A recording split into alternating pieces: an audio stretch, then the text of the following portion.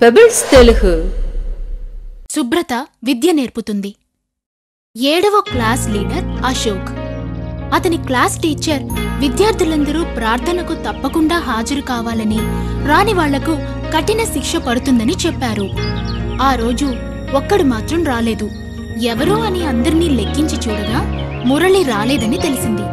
Class leader Ashok Murali దగ్గరికెళ్ళి, ఏం మురళి, ఈరోజు ప్రార్థనకెందుకు రాలేదు? మురళి ఏదో చెప్పబోతుండగా క్లాస్ టీచర్ అప్పుడే గదిలోకి వచ్చారు. అశోక్, ఈరోజు ప్రార్థనకు ఎవరెవరు రాలేదు? సార్, ఈరోజు ప్రార్థనకు అందరూ వచ్చారు, ఒక్క మురళి తప్ప. ఏ మురళి, అశోక్ చెప్పింది నిజమేనా? నువ్వు ప్రార్థనకు రాలేదా? అవును సార్, నిజమే. ఈరోజు నేను ప్రార్థనకు రాలేకపోయాను. టీచర్ ఏమంటారో విందామని విద్యార్థులందరూ నిశ్శబ్దంగా ఉండిపోయారు. టీచర్ని చూసి అందరూ ఈరోజు ఖచ్చితంగా మురళికి శిక్ష పడుతుందని అనుకుని వాళ్లలో వాళ్లు ఒకరినొకరు చూసుకుని నవ్వుకున్నారు. ఎందుకంటే వాళ్లకు మురళి అంటే అంత పడదు. మురళి చదువులో కూడా ముందే ఉంటాడు. అతని చేతివ్రాత ముత్యాల్లా ఉంటుంది. టీచర్లిచ్చే హోంవర్క్ అంతా అక్కడికక్కడే వెంటనే చేసేస్తూ ఉంటాడు. అందుకని మిగతా విద్యార్థులందరికీ అతనంటే ఒక రకమైన అసూయ, ఆగ్రహం కూడా. ఇలా చూడు మురళి, తప్పు ఎవరు చేసినా అందుకు తగ్గ శిక్ష పడుతుంది. కానీ అంతకంటే ముందు ప్రార్థనకు నువ్వు ఎందుకు రాలేదో తెలుసుకోవచ్చా? సార్, ఎప్పట్లాగే నేను ప్రార్థన మొదలవటానికి ముందే క్లాసుకు వచ్చేశాను. అయితే అప్పటికే క్లాసులోని వాళ్ళంతా బయలుదేరి వెళ్లిపోయారు. అప్పుడే నేను గదిని చూశాను. అంతా దుమ్ము, చింపి పడేసిన కాగితపు ముక్కలు, రూమ్ అంతా చెత్తగా ఉంది. చూడటానికి చాలా అసహ్యంగా ఉంది. అదీ కాక ఈరోజు క్లాసును శుభ్రం చేయవలసిన స్టూడెంట్స్ కూడా చేయకుండానే ప్రార్థనకు వెళ్లిపోయారనిపించింది. సరే, నేనైనా అందరూ వచ్చే లోపల క్లాస్ అంతా శుభ్రం చేద్దామని అంతా క్లీన్ చేశాను. ఇంతలో ప్రార్థన ముగిసింది కనుక నేను రాలేకపోయాను సార్. వాళ్లకు బదులు నువ్వెందుకు శుభ్రం చేశావని మీరు అడగవచ్చును. మంచి పని ఎవరైనా చేయవచ్చని నేను అనుకుంటున్నాను సార్. మీరు కూడా శుభ్రంగా ఉండటం ఎంత అవసరమో వివరించి చెప్పారు కదా. అశుభ్రంగా ఉన్న చోట కూర్చొని చదివితే చదువు ఎలా అబ్బుతుంది సార్? అందుకనే ఈ పని చేశాను. నేను చేసింది తప్పైతే మీరు ఏ శిక్ష విధించినా అనుభవించడానికి నేను రెడీ సార్. చాలా మంచి పని చేశావు మురళి. నీలా ప్రతి ఒక్కరూ ఆలోచించగలిగితే ఖచ్చితంగా మన స్కూల్ ఎంతో శుభ్రంగా ఉంటుంది. నువ్వు నా విద్యార్థి అయినందుకు నాకెంతో సంతోషంగా ఉంది. నీకు ఏ శిక్ష లేదు. టీచర్ మురళిని గర్వంగా చూశారు. చూసారా మురళి ఎంత బాధ్యతగా ప్రవర్తించాడో అంటూ అందరివైపు దీర్ఘంగా చూశారు. నీతి: మంచి ఉద్దేశంతో చేసే ఏ పనైనా అభినందించబడుతుంది. మొదటి విద్యార్థి. క్వార్టర్లీ పరీక్షలు ముగిసిన తరువాత క్లాస్ టీచర్ విద్యార్థులకు దిద్దిన పేపర్లను ఇచ్చారు. నేను మీ అందరి పేపర్లని దిద్దాను. ఈసారి క్లాసులో 2 విద్యార్థులు ఫస్ట్ వచ్చారు. ఒరేయ్, అదెలారా? ఎప్పట్లాగే ఫస్ట్ క్లాస్ లో పాస్ అయ్యేది కృష్ణ. ఆ రెండో అతనెవర్రా? ఖచ్చితంగా నేను మాత్రం కాదురా, రమేష్ అయ్యుంటాడా? మన శంకరే. ఒక్క నిమిషం నిశ్శబ్దంగా అందరూ ఒకరి ముఖాలు ఒకరు చూసుకున్నారు. శంకర్ చివరి నుంచి ఫస్ట్ వచ్చాడు తెలుసా?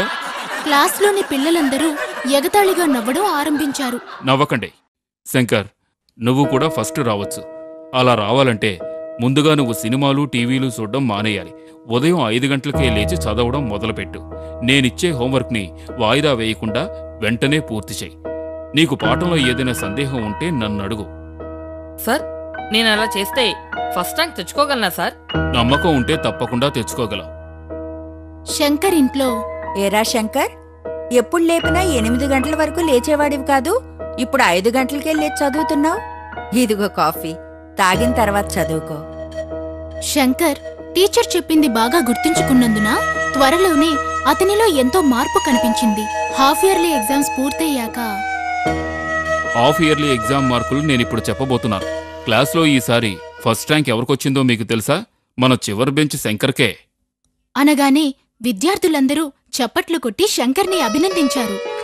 నీతి: కఠిన పరిశ్రమ, ప్రయత్నమనేది చేస్తే ఎవరైనా ఏదైనా సాధించగలరు. మాటల నిచ్చెన.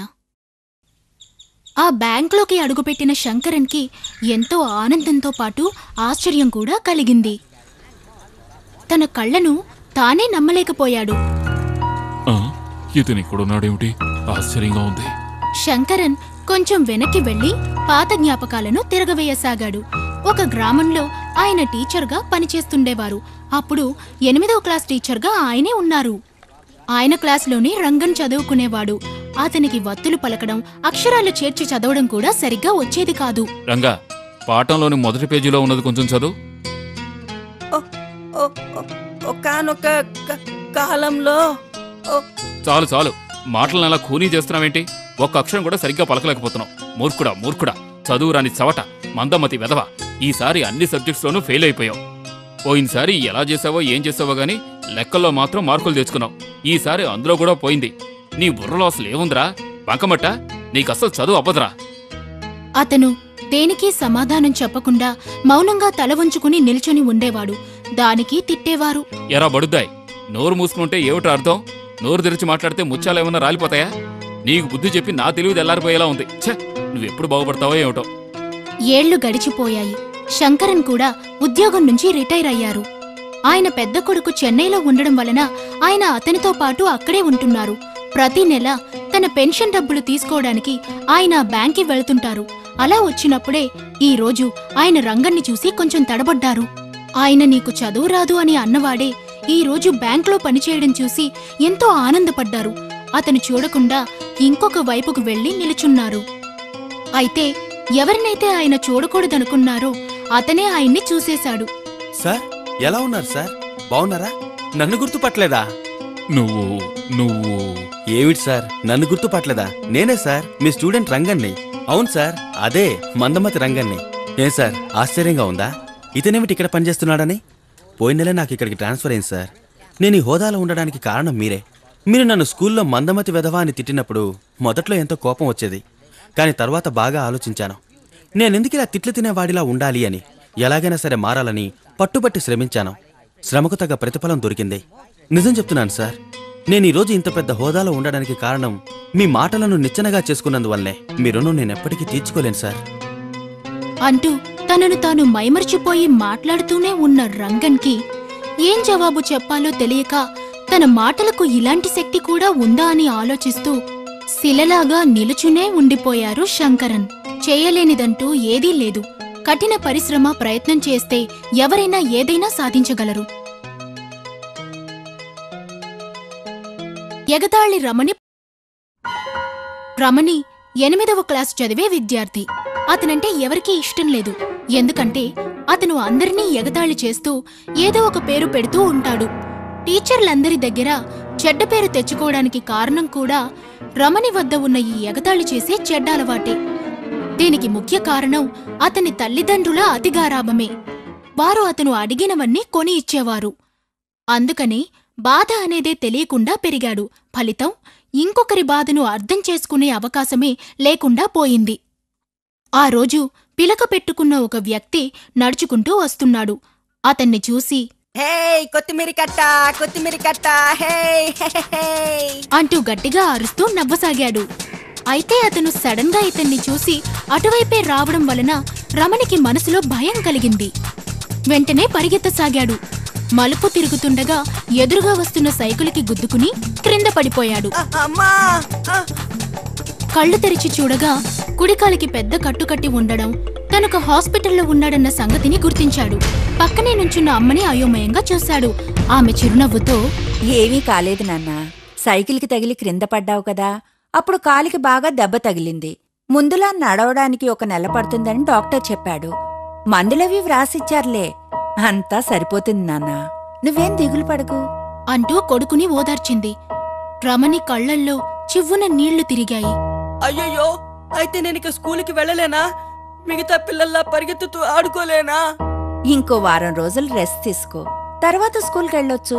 వీటన్నిటికీ నువ్వు బాధపడకూడదు, తెలిసిందా? ఆ మాటలు విని అతనికి కొంచెం ఊరట కలిగింది. 1 వారం తరువాత రమణి స్కూలుకి వెళ్లడం ఆరంభించాడు.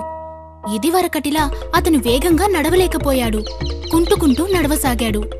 సడన్ గా అతని పక్క నుంచి కోరస్ పాడుతున్నట్లు ఏదో వినిపించింది. గాడిద కాళ్ళు విరిగింది, కొట్టుకుంటూ పోతోంది. అంటూ అందరూ కలిసి గట్టిగా పాడుతూ చప్పట్లు చరుస్తూ నవ్వుకోసాగారు. తననే వాళ్లు ఎగతాళి చేస్తున్నారని తెలిసినా వాళ్ళని ఏమీ చేయలేకపోయాడు రమణి. మనసులో బాధతో కళ్ళలో నీళ్లు నిండగా బాధను ఓర్చుకుంటూ నెమ్మదిగా నడుస్తున్న అతని మనసులో తను ఇతరులను ఎగతాళి చేస్తున్నప్పుడు వాళ్లు కూడా ఇలాగే బాధపడి ఉంటారన్న విషయాన్ని గ్రహించాడు. ఒక నిర్ణయం తీసుకున్నట్టు నడుస్తూ వెళ్లిపోయాడు. రెండవ రోజు టీచర్తో పాటు మిగతా విద్యార్థులందరికీ కూడా స్వీట్ ని పంచిపెట్టాడు. విద్యార్థులందరూ ఆశ్చర్యంగా అతన్ని చూశారు. ఏం రమణి, ఈ రోజు నీ పుట్టినరోజా? అవును టీచర్. అని ఆనందంగా చెప్పాడు. అసలైన రమణి పుట్టినరోజు ఆ రోజేనన్న విషయం మనం అతను చెప్పిన జవాబును బట్టి తెలుసుకోవచ్చు. నీతి: మనం మన ఆటకాయతనపు స్వభావంతో ఇతరుల మనసును బాధపెట్టకూడదు. ఒక పిరికివాని వీరం. రాము మరియు శ్రీరామ్ ఇద్దరూ ఒకే స్కూల్లో ఒకే క్లాసులో చదివే విద్యార్థులు. శ్రీరామ్ అడ్డు అదుపు లేకుండా ఉండేవాడు, కాని రాము ఎంతో నెమ్మదస్తుడు. శ్రీరామ్ ఎప్పుడూ బస్సు మెట్ల మీదే నిల్చుని వెళ్లేవాడు. ఒకరోజు అతను వేగంగా పరిగెత్తుతూ వెళ్తున్న బస్సులోకి ఎక్కాడు. రోడ్డులో నడుస్తూ వెళ్తున్న రాముకు అది చూసి గుండె గుబేలుమంది. ఈ శ్రీరామ్ మళ్ళీ మళ్ళీ ఎందుకిలా చేస్తున్నాడు? ఎవరు చెప్పినా వినకుండా ఇలా వెళుతున్న బస్సులోకి పరిగెత్తుతూ ఎక్కుతాడు. ఎక్కడైనా పడిపోతే పాపం అతని అమ్మా నాన్న. ఆ రోజు రాము ఎంతో బాధపడ్డాడు. శ్రీరామ్ అలా వెళ్తున్న బస్సులోకి ఎక్కడం చూసినప్పుడే రాము ఎంతో భయపడిపోయి వెళ్లి అతని తల్లికి చెప్పాడు. ఏరా శ్రీరామ్, వెళ్లే బస్సులో ఎక్కి వెళ్లాడుతూ వెళ్తున్నావంట. అలా చేయడం ఏమైనా బాగుందా? నీకెవరు చెప్పారమ్మా? నేను అలా చేయడం లేదే. చేసేదంతా చేసి అబద్ధాలు వేరే చెప్తున్నావా? పక్కింటి రాము అంతా చెప్పాళ్లే. అయితే ఇదంతా రాము పనన్నమాట. అడుగుతుంటే జవాబు చెప్పకుండా గొణుక్కుంటున్నావేంటి? అబ్బే అదేం లేదమ్మా. ఇక మీదట అలా ఎప్పుడు చేయనని అంటున్నాను. సరే సరే, చదువు మీద శ్రద్ధ చూపు. ఇంకోసారి నీ గురించి ఇలాంటి మాటలు వింటే మీ నాన్నగారే చూసుకుంటారు. జాగ్రత్త. రెండవ రోజు ఉదయం శ్రీరామ్ స్కూల్లో రాముని అడ్డగించాడు. ఎరా పిరికి పందా, నువ్వేనా మా అమ్మతో చాడీలు చెప్పింది? నీ పని నువ్వు చూసుకొని పోరాదు. అదేంటి శ్రీరామ్, నాకు తెలిసిన వాళ్ళు తప్పు చేస్తే నేను నోరు మూసుకొని చూస్తూ ఎలా ఉండగలను? అందుకనే వెళ్ళి చెప్పాను. నువ్వు నాలా చేయలేవన్న అసూయతో వెళ్ళి చెప్పుంటావు. నువ్వేమనుకున్నా సరే, అంతెందుకు 1,00,000 రూపాయలు ఇచ్చినా కూడా నేనలా చెయ్యను, తెలుసా? నువ్వు ఒట్టి పిరికి పందవురా. అలా చేయడానికి నీకు అసలు ధైర్యం ఉంటేగా. ఒరే శ్రీరామ్, వెళ్లే బస్సులో ఎక్కి కాళ్ళు చేతులు విరగొట్టుకుంటేనే ధైర్యశాలి అనిపించుకుంటారంటే నువ్వన్నట్లు పిరిగి పందగానే ఉండిపోతాను. నువ్వు పిరికి పందలా ఉండు లేదా పిసినారులా ఉండు, అదంతా నాకు అనవసరం. కానీ నా దారికి మాత్రం అడ్డు రాకు, అది గుర్తుంచుకో. అంటే నువ్వు నీ అలవాటు మార్చుకోవన్నమాట, అంతేగా? ఒరే రాము, మంచి గొడ్డుకొక దెబ్బ అన్నారు. ఏదైనా సరే నాకు ఒక్కసారి చెప్పడం అలవాటు, అర్థమైందా? నీ ఇష్టం. ఎవరి తలరాత ఎలా ఉందో అలానే జరుగుతుంది. ఎవరూ మార్చలేరు కదా. సర్లే పోరా, పెద్ద తత్వం చెప్పొచ్చాడు బుద్ధుడిలా, సోక్రటీస్లా. శ్రీరామ్ అలవాటులో ఎలాంటి మార్పు రాలేదు. పరిగెత్తే బస్సులో ఎక్కడం, మెట్ల మీద నించుని వేలాడుతూ వెళ్లడం చేస్తూనే ఉన్నాడు. ఒకరోజు రాము స్కూలుకి వెళ్తుండగా సడన్ గా అతని వెనుక చాలా మంది పరిగెత్తుకు వస్తున్న శబ్దం వినిపించింది. అని వినిపించగానే అతను తిరిగి చూశాడు. పొట్టిగా ఉన్న ఒక అతను వేగంగా పరిగెత్తుకు రావడం చూశాడు. వెంటనే ఆలస్యం చేయకుండా అతనికి ఎదురెళ్లి నిలుచున్నాడు. పరిగెత్తుకుని వచ్చిన అతను ఇతన్ని తోసి పారిపోవాలని ప్రయత్నించాడు. అయితే రాము పట్టిన పట్టు విడువనే లేదు. గట్టిగా పట్టుకుని అతన్ని క్రింద పడేయడానికి ప్రయత్నించాడు. అంతలో అతని వెనుక వచ్చిన వారంతా అతను పారిపోకుండా పట్టుకున్నారు. వదలకుండా కొంచెం పోరాటం చేసినందున రాముకి దెబ్బలు తగిలి రక్తం కారసాగింది. కళ్ళు తిరిగి మైకం కమ్మి పడిపోయాడు. అక్కడున్న వారిలో కొందరు రాముని పక్కనే ఉన్న హాస్పిటల్కు తీసుకుని వెళ్లి వైద్యం చేయించారు. ఇంతలోనే స్కూల్లో అతను చేసిన కార్యం గురించి తెలిసిపోయింది. అందరూ రాముని అభినందించారు. విద్యార్థులారా, మీలోని ప్రతి ఒక్కరూ రాములా ధైర్యంగా సహాయం చేయాలనే దృఢనిశ్చయంతో ఉండగలిగితే పేరు ప్రఖ్యాతులు వాటంతట అవే వస్తాయి. చెడుని సరైన సమయంలో ఆపగలిగితే అదే నిజమైన వీరత్వం, ధైర్యం. ఆ విషయంలో మన స్కూల్ స్టూడెంట్ అయిన రాము నిజమైన ధైర్యాన్ని చూపగలిగాడు. కనుక రాబోయే స్పోర్ట్స్ డే ఫంక్షన్లో అతనికి ఒక ప్రత్యేకమైన బహుమతిని అందజేస్తాను అని చెప్పి ముగించగానే విద్యార్థులందరికీ ఎంతో గర్వంగా అనిపించింది. సంతోషంతో పొంగిపోయారు.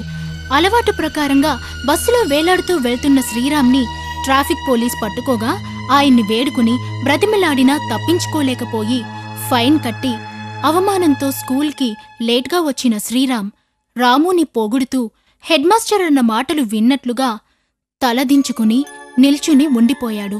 అతని కళ్ళు కన్నీళ్లతో నిండిపోయాయి. అవి అతను మారిపోయాడని చెప్పకుండానే చెప్పినట్లు అనిపించాయి. నీతి: ఒకరి మాటల వలన ఇంకొకరు మారరు, స్వయంగా మారవలసిందే.